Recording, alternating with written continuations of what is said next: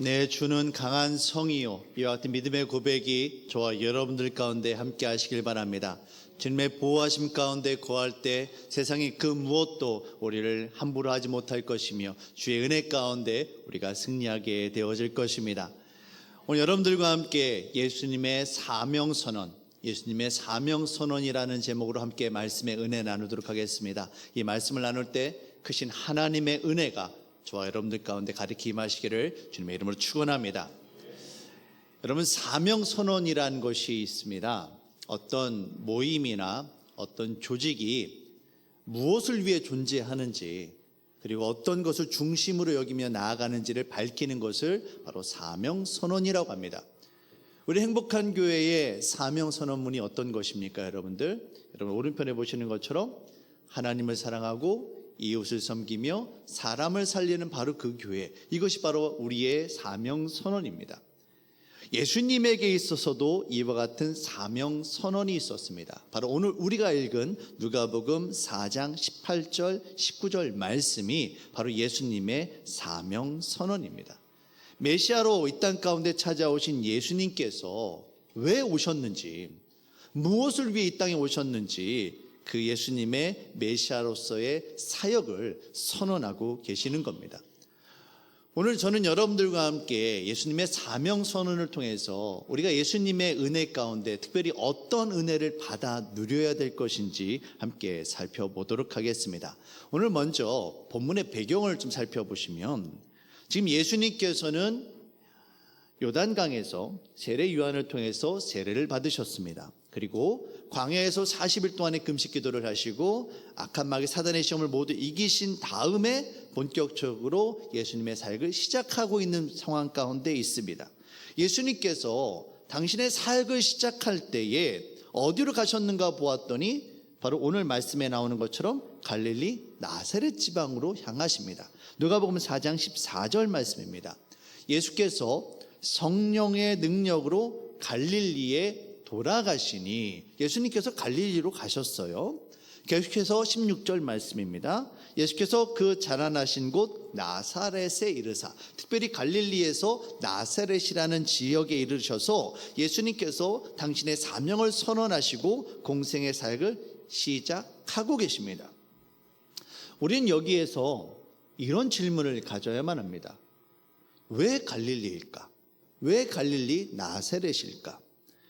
여러분, 예수님께서 지금 세례 요한을 통해서 세례를 받으셨습니다. 세례를 받으신 요단강은 이스라엘에서 남부 지역입니다. 예루살렘에서 가까운 곳이지요. 그런데 예수님께서 당신의 공생애를 시작하는 데 있어서 세례 받으시고 가까운 예루살렘으로 가지 않고 왜 멀리 돌아서 이스라엘의 북쪽 끝쪽에 있는 이 갈릴리 지역으로 돌아오셨을까? 복음을 전하려면 사람들이 더 많은, 당시 이스라엘의 수도가 되어지는 예루살렘에서 복음을 전하신다면 또 효과적으로 더 많은 사람들에게 복음을 전할 수 있으셨을 텐데, 왜 예수님께서는 더 가까운 예루살렘을 놔두고 굳이 왜 먼 길을 돌아서 그보다도 훨씬 인구수가 적은 시골 동네인 갈릴리 나사렛에 오셔서 예수님의 사명선언을 하시고 사역을 시작하셨을까? 여러분, 이유가 궁금하지 않으십니까? 여러분, 이 갈릴리는요, 이스라엘 땅에서도 아주 먼 지역입니다. 특별히 수도로부터 멀 뿐만이 아니라 그 북쪽에 있는 시리아, 아수르와의 접경 지역이다 보니까 언제든지 이방 민족들의 그 침공과 전쟁의 위협에 노출되어 있는 아주 위험한 곳이었습니다. 그러다 보니 예루살렘이라든지 다른 지역에 비교해서 상대적으로 낙후되고 불안하고 힘든 지역이 바로 갈릴리 나사렛이었습니다. 뿐만 아니라 사람들의 편견과 천시로 정말 버려진 땅으로 여겨졌던 것이 바로, 천대받았던 것이 바로 이 갈릴리 지역이었어요. 특별히 죄송합니다, 갈릴리 사람들이 사투리가 심했다고 합니다. 그래서 이 당시 이스라엘 사람들이 모여서 예배드리는 회당에 들어가면 예수님께서 오늘 하셨던 것처럼 거기에 성경 말씀이 두루마리가 있어서 누구든지 성경 말씀을 펴서 읽을 수 있는데, 갈릴리 사람들은 안 된다, 이런 금지 조항이 있었다고 합니다. 표면적으로는 갈릴리 사람들의 사투리가 너무 심해서 사람들이 그걸 못 알아들었기 때문이다라고 말을 하지만, 실제로 그들의 마음에는 어떤 마음이 있었습니까? 갈릴리 시골 동네 너희들 안 돼, 이런 생각이 있었다라는 거예요. 우리가 요즘에는 그렇지 않지만 얼마 전까지만 해도 어떻습니까? 시골에서 올라오신 분들, 부산이나 경상도나 전라도 분들, 사투리를 쓰시는 분들, 좀 이렇게 모두가 그런 건 아니지만 사투리가 심한 분들을 향해서 좀 이렇게 멸시하고 천대하는 분위기가 우리나라에도 있었던 것이 사실입니다. 그래서 사투리 안 쓰고 서울말 쓰려고 노력하는 그런 문화가 있었다는 것이죠. 이스라엘 백성들도 마찬가지였습니다. 갈릴리 사람들을 향해서 촌동네 시골 동네 사람이라고 무시했다라는 거예요. 요한복음 7장 41절 말씀을 보시면 이런 구절이 있습니다. 그리스도가 어찌 갈릴리에서 나오겠느냐. 메시아가 오시는데 다른 데는 다 되겠지만 어찌 그 갈릴리에서 메시아가 올 수 있겠느냐. 사람들로부터 멸시받고 천대받고 정말 그렇게 여겨졌던 곳이 바로 이 갈릴리라는 거예요. 더 구체적으로 살펴보면 이 갈릴리는 경제적으로 억압과 박해가 정말 심했던 지역입니다. 갈릴리는 평야지대로 곡창지대였습니다. 그런데 문제는 대부분의 땅을 지주들이 소유를 했고, 일반 사람들은 그 땅에서 그냥 소작농으로 지내다 보니까 가난할 수밖에 없는 거예요. 땅 있는 사람은 점점 부자가 되어지고, 그곳에서 힘들게 일하는 사람들은 점점 어려워지는 부익부 빈익빈 현상이 심하게 나타날 수밖에 없는 지역이었습니다. 그러다 보니까 이 평민들이 그 귀족들을 향해서 너무나도 억압이, 너무나도 갈취가 심하다 보니까 귀족들을 향한 반란이 일어나게 되어지는데, 심지어 예수님이 태어나신 그 지역이, 그 즈음에 갈릴리 지역에 반란이 일어났어요. 그런데 그 일로 인해서 약 2,000명의 사람들이, 갈릴리에 있는 2,000명의 사람들이 처형을 당하게 됩니다. 십자가 처형을 당했습니다. 여러분 한번 상상을 해보세요. 그 작은 도시 한 몇만 명밖에 되지 않는 작은 인원입니다. 그 작은 도시에서 2,000명이 넘는 사람들을 십자가 처형할 곳이 도대체 어디에 있겠습니까? 없어요. 그냥 길거리, 거리마다, 도로마다 십자가 세워놓고 거기다 사람을 처형을 한 겁니다. 그리고 그 시체를 몇 날 며칠 동안 방치해 놓은 거예요. 그 밑에서 사랑하는 아버지와 남편과 사랑하는 아들을 잃은 그 가족들이 그 시체를 붙잡고 울고 있는 겁니다. 그만큼 슬픔과 고통과 박해가 가득했던 곳이 바로 이 갈릴리예요. 예수님께서 이 갈릴리 나사렛으로 오셔서 그곳에서 포로되고 눈멀고 정말 눌린 자들을 자유하게 만들기 위해서 이 땅 가운데 그곳에 오셨다라는 거예요. 그런 갈릴리 사람들, 가난하고 억눌리고 힘든 사람들, 그들 앞에서 예수님께서 맨 처음으로 읽은 성경이 바로 오늘 우리가 읽은 본문 말씀 이사야 61장 1절 말씀입니다. 누가복음 4장 18절 19절은 사실 이사야 61장 1절의 말씀이에요. 이 말씀 제가 다시 한번 여러분에게 읽어드리겠습니다. 주의 성령이 내게 임하셨으니 이는 가난한 자에게 복음을 전하게 하시려고 내게 기름을 부으시고 나를 보내사 포로된 자에게 자유를, 눈먼 자에게 다시 보게 함을 전파하며 눌린 자를 자유롭게 하고 주의 은혜의 해를 전파하게 하려 하심이라 하였더라. 예수님께서 하시는 말씀이 이겁니다. 갈릴리 사람들아, 너희 가난한 자들아, 포로되고 억눌린 자들아, 내가 너희에게 복된 소식, 기쁨의 소식을 전하려 한다. 나는 너희를 자유롭게 하고, 나는 너희로 하여금 새로운 세상을 보게 하고, 너희로 하여금 정말 힘을 내게 만들 메시아, 너희의 구세주 예수 그리스도이니라. 이것이 바로 이 땅 가운데 우리에게 메시아로 찾아오신 예수님의 사명 선언임을 여러분 깨달으시길 바랍니다. 이사야 선지자가 예언했던 이 말씀, 너희들이 이루어지길 너무나도 고대하고 너무나도 기다렸던 그 말씀이 바로 너희들이 보고 있는 지금 눈앞에서 나를 통해 너에게 이루어지고 있다. 예수님께서 억압받고 천대받는 갈릴리 사람들 앞에서 당신의 사명을 선언하고 계시는 겁니다. 우리는 이 말씀을 영적으로 이해할 수 있어야만 합니다. 여러분, 오늘날의 갈릴리가 과연 어디입니까? 오늘날의 갈릴리 사람들이 과연 누구입니까? 다른 누군가가 아닙니다. 바로 저와 여러분, 우리 자신의 이야기임을 여러분 깨달으시길 바랍니다. 우리 이 땅 가운데 살아가면서 갇혀 있어서 자유롭지 못하고 우리의 두 눈이 가리워져서 주님의 은혜와 영광을 보지 못하고 세상의 모든 염려와 근심과 걱정과 무거운 짐들에 눌려서 꼼짝달싹하지 못하고 주님의 은혜를 온전히 누리지 못하는 저와 여러분들이 바로 갈릴리 사람들입니다. 갈릴리 사람들에게 찾아오신 예수님은 곧 우리에게 찾아오신 예수님이십니다. 예수님의 사명선언은 곧 이 땅 가운데 억눌린 채로 자유롭게 살아가지 못하고 있는 저와 여러분들을 자유롭게 하겠다라고 은혜의 해를 선포하겠다라고 말씀하시는 예수님의 사명선언임을 여러분 깨달으시길 바랍니다. 우리가 예수님을 믿는다라고 말을 하지만 여전히 세상 가운데 갇힌 자로 포로된 자로 살아가는 사람들이 너무나도 많습니다. 예수님께서 십자가에 달려 죽으신 이후에 부활하셨습니다. 부활하신 소식을 전해줬어요. 하지만 그럼에도 불구하고 제자들은 어떻습니까? 두려움에 갇혀서 다락방에 숨어서 문이란 문은 모두 다 꽁꽁 걸어 잠그고 두려움에 떨고 있었던 그 제자들, 그들의 모습이 바로 저와 여러분들의 모습입니다.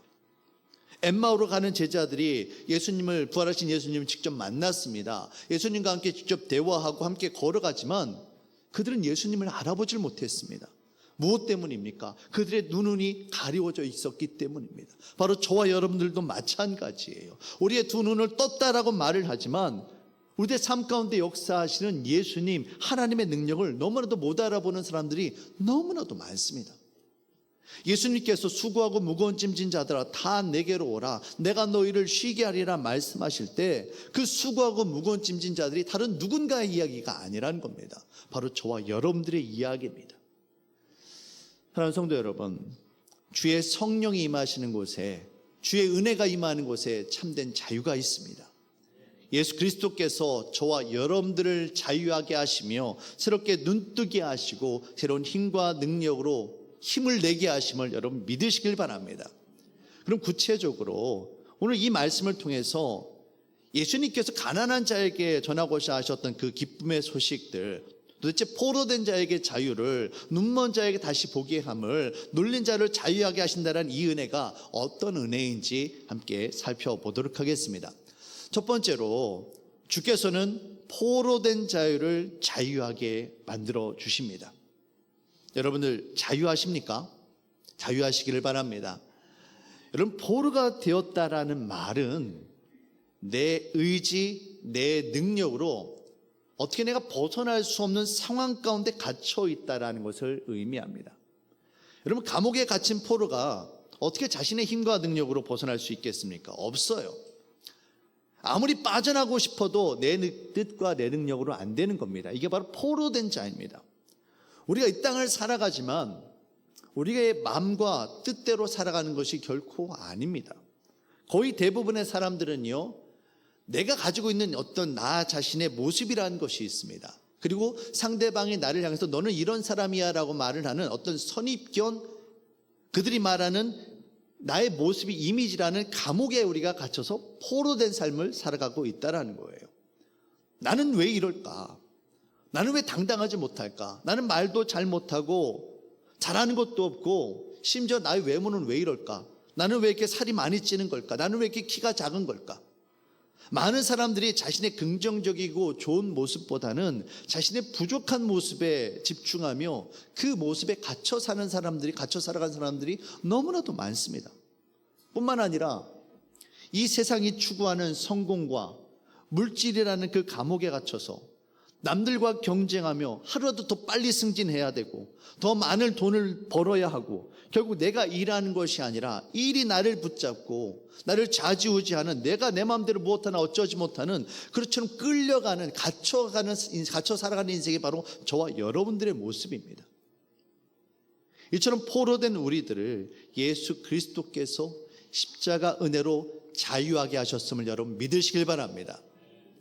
예수 그리스도께 종된 자, 예수 그리스도께 완전히 속한 자가 바로 참된 자유임을 여러분 믿으시길 바랍니다. 참된 신앙은, 참된 자유함은 예수 안에 완전히 구속된 사람들입니다. 우리 심령의 주인 되시는 주님만을 우리가 온전히 의지하게 되어질 때, 주께서 우리들을 온전히 인도하시게 되어질 때, 우리가 온전히 주께 복종하게 될 때, 그때 참된 자유함이 임하게 됩니다. 이것이 바로 신앙의 역설입니다. 우리가 주님에게 속하게 되어질 때 세상으로부터 자유하게 되어짐을 여러분 믿으시길 바랍니다. 고린도후서 3장 17절의 말씀입니다. 주는 영이시니 주의 영이 계신 곳에는 자유가 있느니라. 주는 영이시니 주의 영이 계신 곳에는 자유가 있느니라. 주 성령께서 우리에게 임하시게 되어질 때 그 능력으로 저와 여러분들이 자유하게 되어지는 겁니다. 세상이 더 이상 우리를 가두지 못하게 됩니다. 세상이 더 이상 우리를 억누르지 못하게 되는 겁니다. 이와 같은 참된 자유를 누리시는 저와 여러분들 되어지시기를 주의 이름으로 축원합니다. 두 번째로 주님의 은혜로 눈먼 자가 다시 보게 되어집니다. 여러분, 우리가 눈을 떴다고 말은 하지만 눈을 떴다고 해서 모든 것을 보는 것은 아닙니다. 눈으로 본다라고 말을 하지만 다 볼 수 있는 것이 결코 아니다라는 거예요. 정말 보아야 될 것들을 못 보는 일들이 너무나도 많습니다.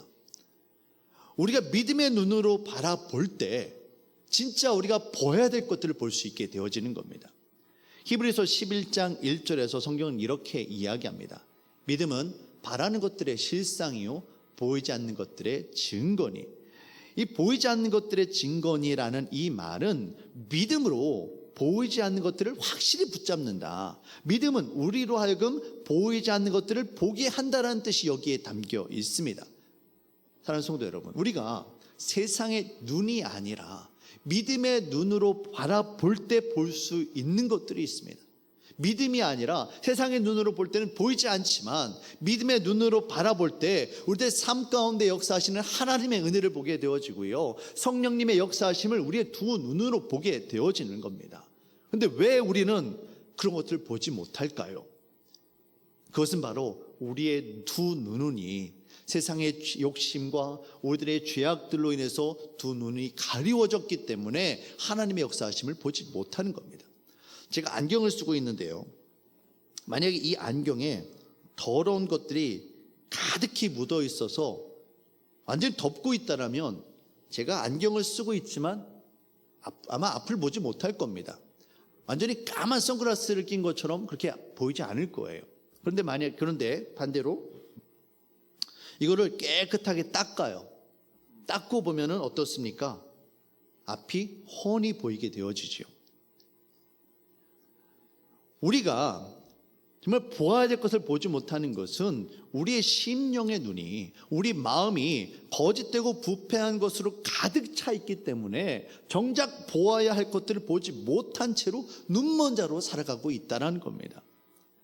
마태복음 5장 8절 말씀을 보시면 예수님께서 이렇게 말씀하십니다. 마음이 청결한 자는 복이 있나니 그들이 하나님을 볼 것이며. 우리의 마음이 청결할 때, 우리의 마음이 예수 그리스도 십자가 보혈의 은혜로 말미암아 우리 가운데 있는 모든 욕심과 모든 죄악들이 깨끗하게 씻겨져 나갈 때 우리들의 삶 가운데 역사하시는 하나님의 은혜를, 성령 하나님의 역사하심과 하나님 나라 기쁨을, 우리들의 삶 가운데 임재하신 주님의 충만함을 바라보며 살아갈 수 있음을 여러분 깨달으시길 바랍니다. 믿음의 눈을 들어 주님을 바라보시길 바랍니다. 세 번째로 눌린 자를 자유하게 하시는 하나님의 은혜가 임하게 되어집니다. 여러분, 눌려 있다는 것은요, 내 힘으로 감당할 수 없는 어떤 무거운 짐 같은 것이 나를 누르고 있다는 겁니다. 그래서 내가 도저히 너무나도 힘들고 어려워서 일어날 힘이 없어서 눌려 있는 거예요. 그럼 우리들을 향해서 주님께서 하시는 말씀이 내가 너희를 자유하게 하겠다라고 말씀을 하십니다. 어떻게 이런 은혜가 임할 수 있을까요? 가능한 건 두 가지입니다. 두 가지 경우에 가능해요. 첫 번째는 어떤 누군가가 내가 지고 있는 이 무거운 짐들을 대신 가져가서 그가 짊어지는 겁니다. 그러니 내가 가벼울 수밖에 없지요. 이게 첫 번째입니다. 두 번째는 내가 짐을 지고 있어요. 근데 이 짐이 내게는 너무 버거워요. 무거워요. 근데 반대로 내가 그 짐을 감당할 수 있는 힘과 능력이 내게 갑자기 생기면, 그 이전보다 10배, 100배의 힘이 내게 생기면 이 무거운 짐이 무거우게 느껴질까요? 전혀 안 그렇죠. 더 이상 무겁고 힘들지 않습니다. 예수님을 믿는 우리들에게 어떻게 이런 일들이 일어날 수 있을까? 마태복음 11장 28절에서 30절 말씀을 보시면 예수님께서 이렇게 말씀하고 계십니다.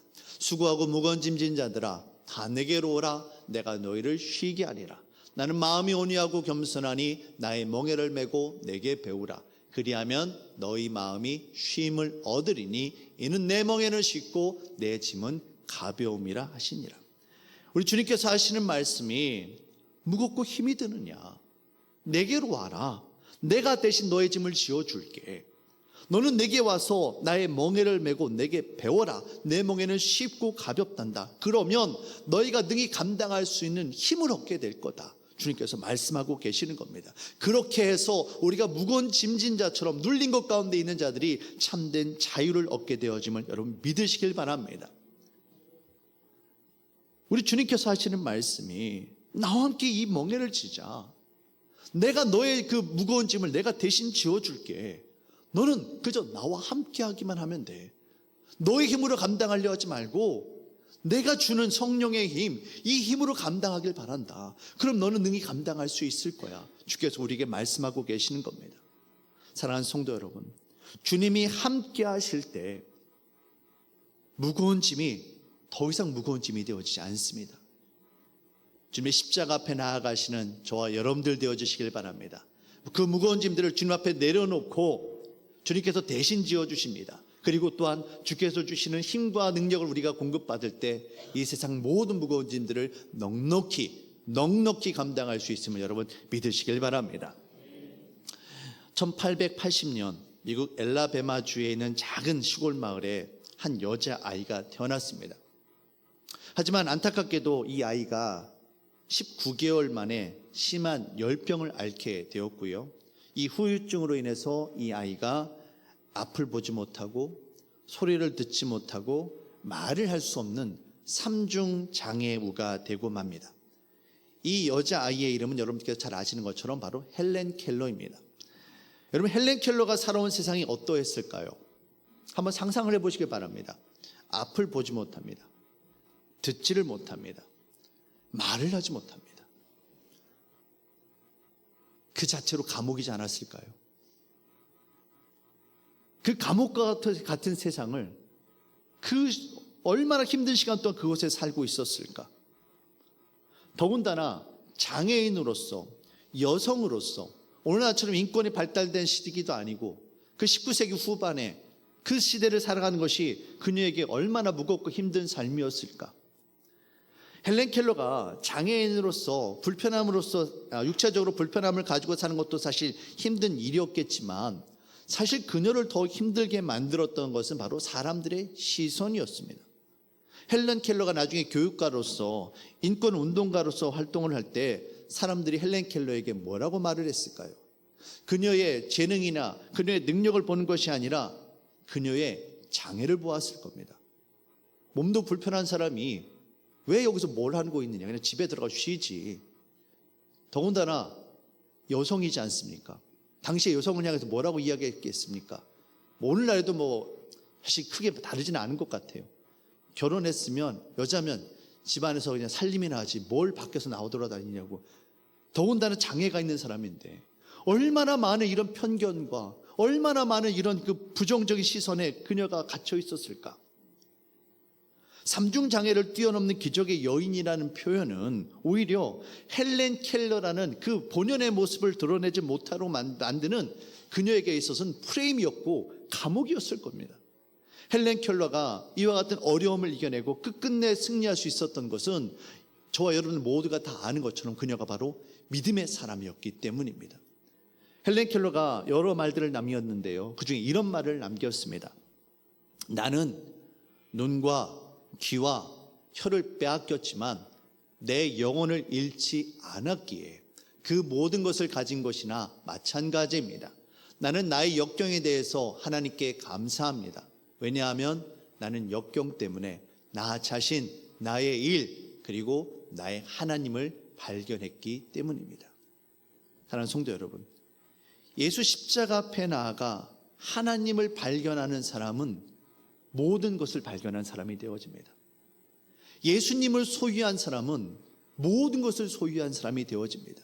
비록 그녀가 눈과 귀와 혀를 다 빼앗겼지만 그 영혼을 잃지 않고 그 영혼을 지켰기에 모든 것을 가졌다라고 이야기하는 것처럼 우리의 삶 가운데 때로 우리가 갇힌 자 같고 때로 눈먼 자 같고 때로 눌린 자처럼 여겨지지만 그럼에도 불구하고 예수 그리스도께서 저와 여러분들과 함께 하시기 때문에 우리가 넉넉히 이길 수 있음을 여러분 믿으시길 바랍니다.